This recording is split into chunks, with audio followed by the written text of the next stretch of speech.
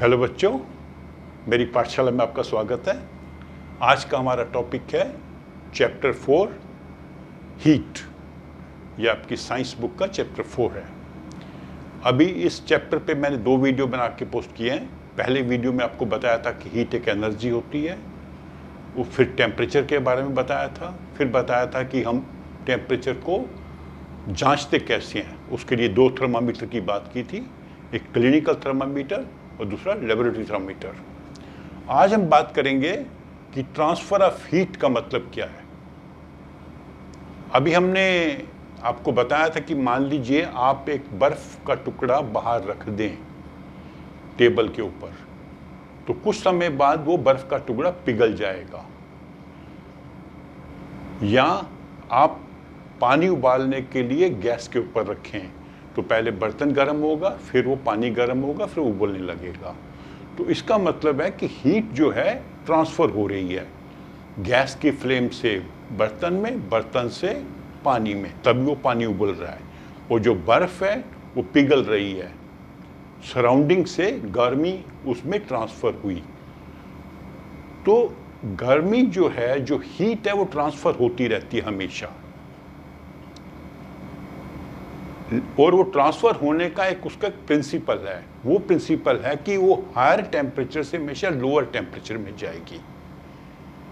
जैसे पानी का होता है ना, हाइट से नीचे जाएगा। जैसे घरों के ऊपर हम टैंक लगवाते हैं पानी के, क्योंकि हाइट से पानी ने नीचे जाना है, हाई से लो। तो ऐसे ही हाई टेम्परेचर से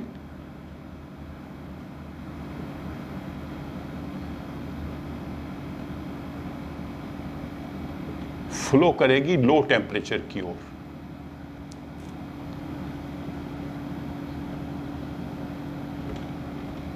मान लीजिए हम ऐसा करें कि एक मेटल का ब्लॉक लें, वो 100 डिग्री पे गर्म है, और इसके साथ में दूसरा ब्लॉक नीचे रख दें जो मान लीजिए 10 डिग्री पे है।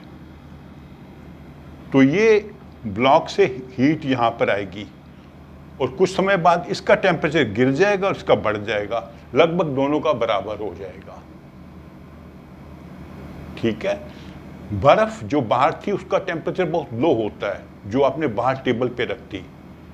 सराउंडिंग्स का, हवा का और आसपास का जो भी चीज़ें हैं सराउंडिंग में पड़ी हुई हैं, उनका टेम्परेचर थोड़ा हाई होगा। वो हीट सराउंडिंग से बर्फ में जाएगी, बर्फ पिघल जाएगी। आप गर्म दूध पीने लगते हो, आपको बहुत ज़्यादा गर्म लगता है, उसको थोड़ी देर कप पे रख देते हो, कप में रख देते हो कहीं टेबल पे ठंडा होने के लिए। ठंडा कैसे होता है? दूध का टेम्परेचर हाई है, सराउंडिंग्स का टेम्परेचर कम है, हीट कप से चली जाती है सराउंडिंग्स में और दूध ठंडा हो जाता है। तो हाई टेम्परेचर से लो टेम्परेचर में जाएगी हमेशा हीट। जैसे पानी हाई ऊंचाई से नीचे आएगा। अब हीट के जो ट्रांसफ़र होने के 3 तरीके होते हैं।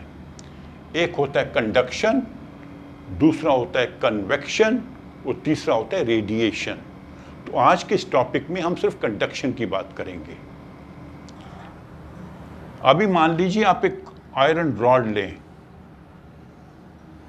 उसको किसी चीज़ पे सपोर्ट करके बैलेंस कर रख दें, तो इसके ऊपर आप वैक्स के छोटे छोटे टुकड़े लगा दें, 2-3, और यहाँ पर कोई फ्लेम, मोमबत्ती या कोई स्प्रिट लैंप वगैरह होता है जैसे लैब में मिलते हैं। तो ये जब गर्म होगा, रॉड जब गर्म होगी, तो धीरे धीरे पहले ये वाली जो है वैक्स पिघलेगी, मोम, फिर ये वाली पिघलेगी, फिर ये वाली पिघलेगी, फिर ये वाली पिघलेगी। शुरू में अगर आप जैसे ही आपने फ्लेम को जलाया है या मोमबत्ती को जलाया है, 1-2 मिनट के बाद अगर आप हाथ लगाएंगे तो यहाँ पे बहुत हल्का सा गर्म लगेगा, यहाँ तेज़ गर्म होगा। पर कुछ मिनटों के बाद ये एरिया भी काफ़ी गर्म हो जाएगा, ये भी गर्म हो जाएगा। तो इसका मतलब है कि हीट इस सोर्स से ऐसे ट्रेवल कर रही है। तो ये कैसे ट्रेवल करती है? ऐसा होता है कि हर जो वस्तु है वो छोटे छोटे पार्टिकल्स की बनी होती है। वो आपको बड़ी क्लास में बताएंगे, लेकिन मैं बता देता हूँ, उसमें आपने शायद सुना भी हो ये वर्ड, एटम्स। या मॉलिक्यूल्स।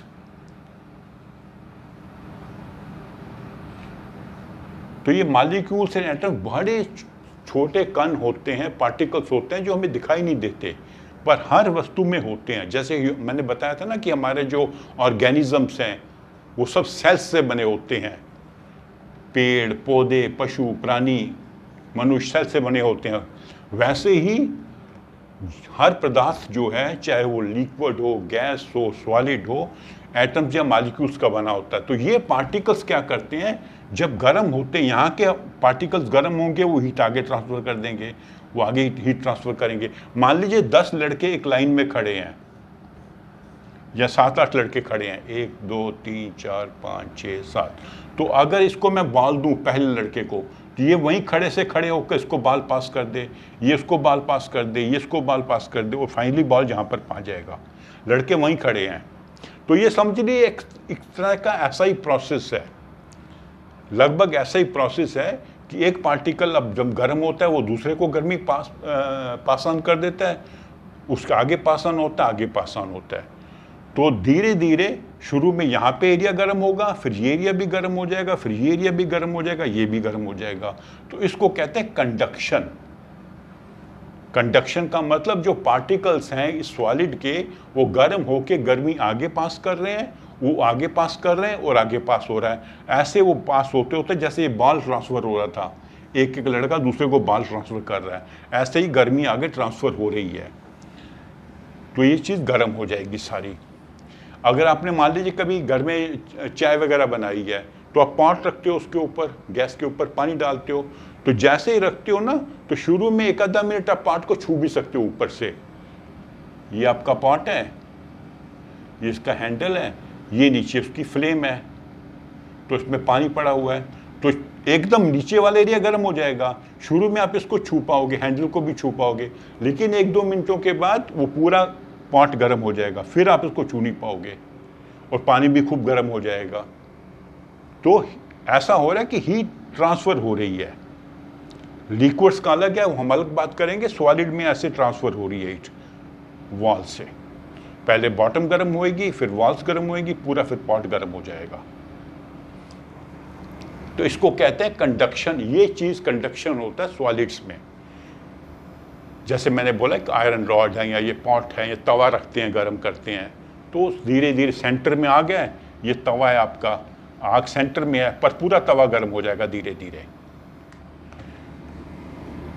तो अभी एक बात होती है कि क्या सभी सॉलिड्स में से ऐसे गर्मी ट्रांसफर हो जाती है? कोई भी सॉलिड है? नो। कुछ सॉलिड्स हैं जिसमें से गर्मी बड़ी इजीली आगे ट्रांसफर हो जाती है, वो नॉर्मली मेटल्स हैं, जैसे आयरन, एल्यूमिनियम, एल्यूमिनियम के बर्तन भी होते हैं, कॉपर,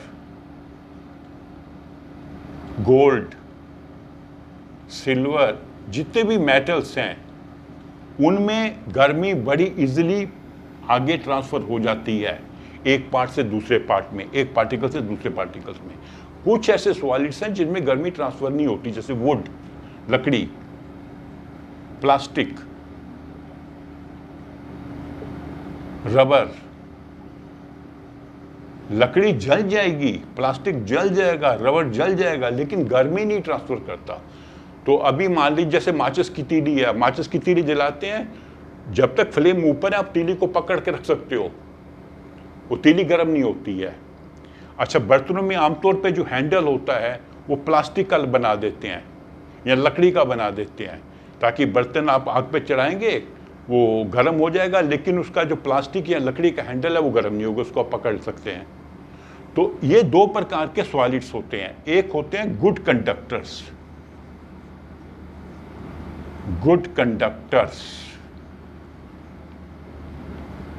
और दूसरे होते हैं बैड कंडक्टर्स। और इनके लिए एक और नाम भी है, इंसुलेटर्स, इंसुलेटर्स।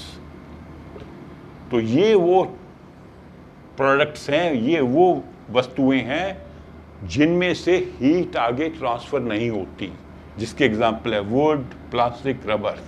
और गुड कंडक्टर्स वो हैं जिनमें हीट इजीली ट्रांसफ़र हो जाती है, जैसे आयरन, कॉपर, एल्युमिनियम, जितने भी मेटल्स हैं उनमें हीट बड़ी इजीली ट्रांसफ़र हो जाती है।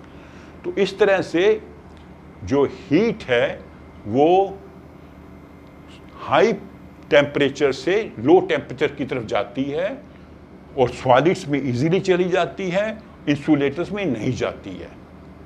तो आपने ये चीज़ का ध्यान रखना है, 3 चीज़ों का ध्यान रखना है। पॉइंट 1 कि हीट हमेशा ट्रांसफ़र होगी from high temperature to low temperature. जैसे हमने रखा था मोमबत्ती वाली जगह गर्म हो जाएगी, वहाँ से धीरे धीरे आगे गर्मी ट्रांसफ़र होगी, हीट ट्रांसफ़र होगी दूसरे एरियाज में जहाँ पे लो टेम्परेचर है।